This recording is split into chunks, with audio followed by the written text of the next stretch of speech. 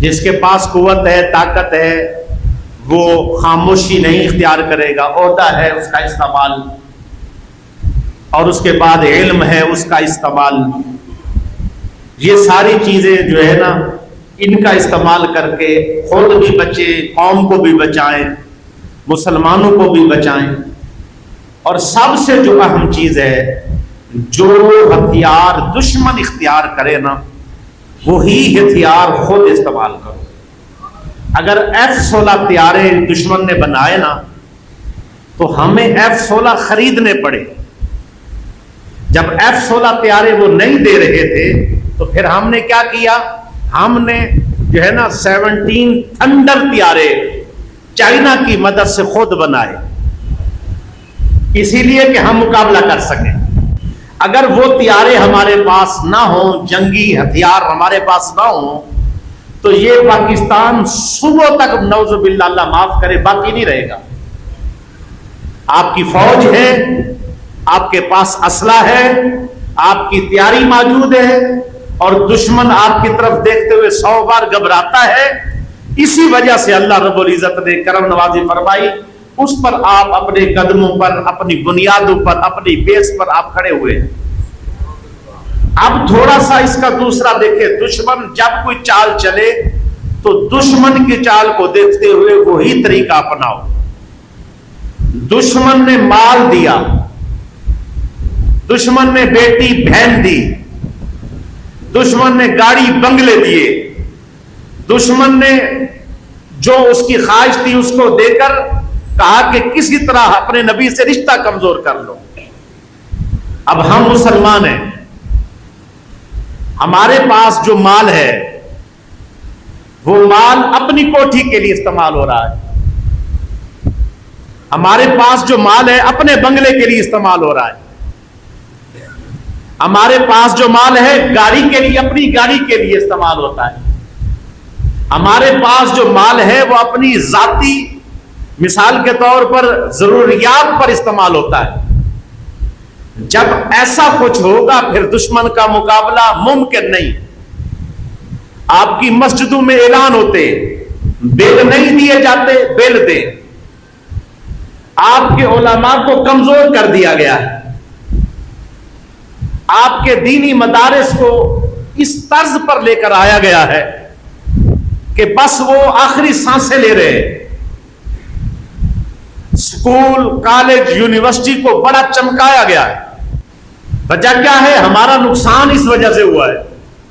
جس طرح کافر نے دنیا سنواری، ہم بھی دنیا سنوار رہے ہیں۔ اس نے دشمنی میں آ کے مال لگایا، اپنے مال میں سے قادیانی آج ان کی شیزان کمپنی ہے، ان کی فلور ملز ہیں، ان کی مثال کے طور پہ کچھ گھی بنانے والی کمپنیاں ہیں، وہ جو ان کا جو کچھ بھی ہے اس میں سے وہ اپنا 10%، کوئی 20%، کوئی 30%، حتیٰ کہ 40 اور 50% تک بھی لوگ ہیں جنہوں نے اسلام کی مخالفت میں وہ اپنا مال استعمال کرتے ہیں۔ ہمارے لوگ تو زکوٰۃ نکالنے کے لیے بھی مشکل ہوئی ہے۔ دشمن کو آج تیر سے نہیں مار سکیں گے، دشمن کو آج جو ہے نا غلیل کے ساتھ نشانہ مار کے نہیں مار سکتے۔ جنگ لگے تو 17 تھنڈر طیارے چاہیے، F-16 طیارے چاہیے، اسی طرح خالد ٹینک چاہیے، اسی طرح جدید ٹیکنالوجی سے لیس اسلحہ چاہیے۔ تو جس وقت وہ اس طرح جنگ ہوگی تو یہ بھی ایک جنگی پہلو ہے۔ یہ جنگی پہلو 10 روپے کے چندے سے نہیں چلے گا۔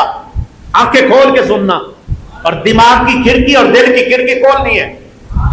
10 روپے کے چندے سے نہیں چلے گا، 100 روپے گلے میں مسجد کے گلے ڈالنے سے نہیں چلے گا۔ ادارے کمزور، مسجدیں کمزور، پھر اس طرح دشمن کو موقع ملتا ہے، کیونکہ ہمارا رخ، ہمارا مال، ہمارے سارے ریسورسز، ذرائع کس کے لیے ہیں؟ اسلام کی سربلندی کے لیے نہیں ہے۔ حضرت صدیق اکبر کا مال تھا تو دین پر لگ رہا تھا، ضائع نہ کرنا بات کو۔ حضرت عمر کا مال تھا تو دین پر لگ رہا تھا۔ حضرت عثمان کا مال تھا تو دین کے لیے لگ رہا تھا. حضرت جناب والا علی کے پاس کچھ ہے تو وہ دین پر لگ رہا ہے. پوچھا گیا 13 سالہ کوشش کے اندر دین اتنی جلدی کیسے پھیل گیا؟ پھر حضرت عمر کے دور میں آدھی دنیا دین کراس کر چکا تھا. وجہ کیا بنی؟ تو جواب یہ دیا، کافروں نے جواب دیا. پتہ کیا کہتے ہیں؟ کہتے ہیں آل اویلیبل ریسورسز. جس کے پاس ایک پرنا تھا نا وہ بھی کہتا تھا یہ پرنا باندھ کر دین کا کام کروں گا. جس کے پاس سوکھی روٹی تھی کھا کر کیا کہتا تھا؟ اس سے طاقت ملے گی، دین کا کام کروں گا. جس کے پاس تجارت تھی، مال تھا، وہ کہتا تھا لگا کر دین کا کام کروں گا. جس کے پاس اولاد تھی وہ کہتے اولاد کو دین پر لگا کر دین کا کام کروں گا. جس کے پاس جو کچھ بھی تھا سب دین پر لگا. تو 13 سالہ کوشش میں اور اس کے ساتھ جو ہی حضرت صدیق اکبر اور حضرت عمر کا دور آیا، یہ تقریباً چند سالوں کے اندر اللہ نے آدھی دنیا تک دین کے گنڈے کو کاٹ دیا. جن بندوں نے اس طرح اللہ کے راستے پر خرچ کیا پھر اللہ نے ان کو دنیا میں بھی آخرت میں عزت کے تاج پہنائے. آج رونا نہ روئیں، مولوی دین کا کام. مولوی کیا کھا کرے گا بھائی؟ تو ساتھ ملا نہیں، مولوی کیا کرے گا؟ 10 روپے بل کے لیے چندہ کر کے مسجد کا بل دیا جائے. کیا دنیا اگر یہ ریکارڈ کر کے لگا دے اور یہی توہین کرنے کے لیے یہی جملہ لگا دیا جائے بھائی تم تو مسجدوں کے بل ہی نہیں دے سکتے، تمہاری گورنمنٹ کے ہاں اتنا بھی تم لوگ نہیں کروا سکے، چرچ کا بل نہیں دیا جاتا، فری ہے چرچ.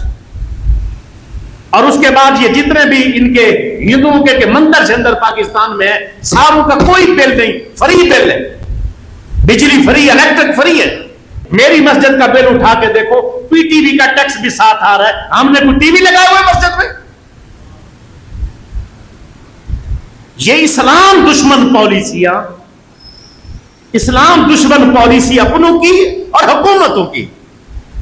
پھر جا کر قادیانیوں سے کیا مقابلہ کریں گے؟ اسرائیل سے کیا مقابلہ کریں گے؟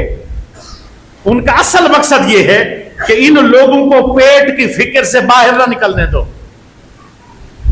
روٹی کی فکر سے باہر نہ آنے دو. جب روٹی اور پیٹ کے فکر سے باہر نہیں آئیں گے بس اس کے بعد ہم اپنے مشن میں کامیاب ہو جائیں. آج یہی ہوا ہے ہمارے ساتھ. روٹی اور پیٹ کے چکر میں ڈال کر ہمیں اپنے اصل مشن سے ہٹا دیا گیا. جو بندہ سمجھدار ہے، عقل مند ہے، وہ کیا کہتا ہے؟ جس طرح میری گھر کی ذمہ داری ہے اس طرح دین کی سربلندی کی بھی ذمہ داری میری ہے.